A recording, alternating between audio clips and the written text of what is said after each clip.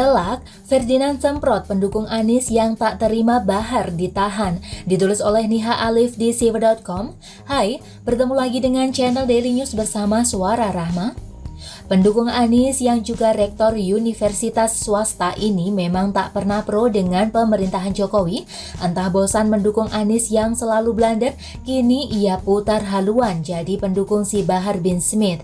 Ini lantaran ulah Bahar yang melanggar syarat pembebasan dirinya hingga menuai banyak polemik pro dan kontra. Sebelumnya, Musni Umar mencuit bahwa ia meragukan penangkapan Bahar bin Smith karena alasan PSBB. Menurutnya, jika hal itu benar, maka orang lain yang melanggar PSBB harus ditangkap juga. Musni bahkan menilai jika pejabat BPIP dan anggota MPR juga harus ditangkap karena berencana menggelar konser amal di tengah pandemi yang berpotensi melanggar PSBB. Kalau alasan HBS ditangkap karena melanggar PSBB, maka banyak sekali yang harus ditangkap termasuk petinggi BPIP dan MPR sebab mereka melanggar PSBB dalam konser amal. Sebaiknya kita berlaku adil, tulis Musni via akun Twitternya @musniumar.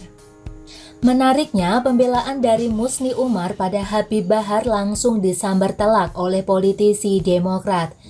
Ferdinand Huta Hayan tak ragu-ragu menyemprot kebahlulan rektor gadungan tersebut. Seperti dilansir suara.com, politisi Ferdinand Huta Hayan merespon cuitan rektor Universitas Ibnu Khaldun, Musni Umar yang merasa tak terima jika Habib Bahar bin Smith ditangkap lagi karena alasan melanggar pembatasan sosial berskala besar atau PSBB. Ferdinand menegaskan kepada Musni Umar bahwa Bahar bin Smith ditangkap lagi karena asimilasinya dibatalkan oleh Kementerian Hukum dan Hak Asasi Manusia. Rektor ini tidak paham sama sekali posisi HBS adalah napi berstatus asimilasi, yang mana asimilasi itu juga diatur ketentuan dalam peraturan menteri. Akibat dari pelanggaran aturan asimilasi itu adalah pembatalan status asimilasi, terang Ferdinand via akun Twitternya @ferdinandhaen2. Ferdinand menilai Musni Umar tidak paham dengan status Bahar yang merupakan napi asimilasi. Oleh karena itu, rektor tersebut menganggap alasan penangkapan Bahar mengada-ada. Musni dinilai tak paham jika status napi asimilasi yang disandang oleh Bahar bisa dicabut kapan saja jika terbukti melanggar. Asimilasi batal, resikonya dibina lagi di lapas lembaga permasyarakatan, paham? Tulisnya. Ia juga menjelaskan bagaimana perbedaan antara warga biasa yang melanggar PSBB dan napi berstatus asimilasi yang melanggar PSBB. Pelanggaran PSBB non-napi asimilasi itu tidak bisa dipenjarakan oleh Dirjen Permasyarakatan @kemenkumham_RI karena tidak tunduk pada peraturan menteri tentang asimilasi tapi tunduk pada Pergub tentang PSBB. Sanksinya sesuai Pergub dan eksekutor hukumnya adalah Pemprov DKI. Paham? @musni umar, jelas Ferdinand. Jelas saja semprotan telak dari Ferdinand membuat malu sang rektor beserta junjungannya di DKI.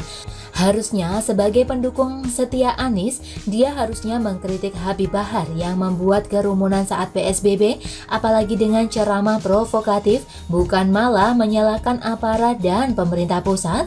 Bukannya ulah Bahar ini justru mencederai usaha Anies untuk memperlakukan PSBB di DKI? Tapi itulah kenyataannya kalau DKI 1 dan pendukungnya terlampau dalam kebodohannya. Isu agama termasuk slogan gubernur tersoleh nyatanya tak bisa memoles Anies yang teramat bodoh dalam mengatur DKI. Apalagi pendukungnya seperti Musni Umar yang asal cuap ini. Dahulu juga pernah dikritik netizen lantaran tak tahu kepanjangan ITB. Kini Musni Umar berulah tapi salah jalan.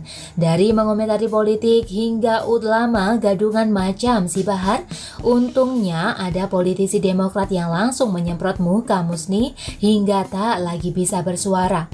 Semoga saja aparat dan pemerintahan diberi kekuatan dan kesabaran menghadapi sindiran tak berbobot dari Musni Umar, Fadlizon, Omikron dan sejenisnya?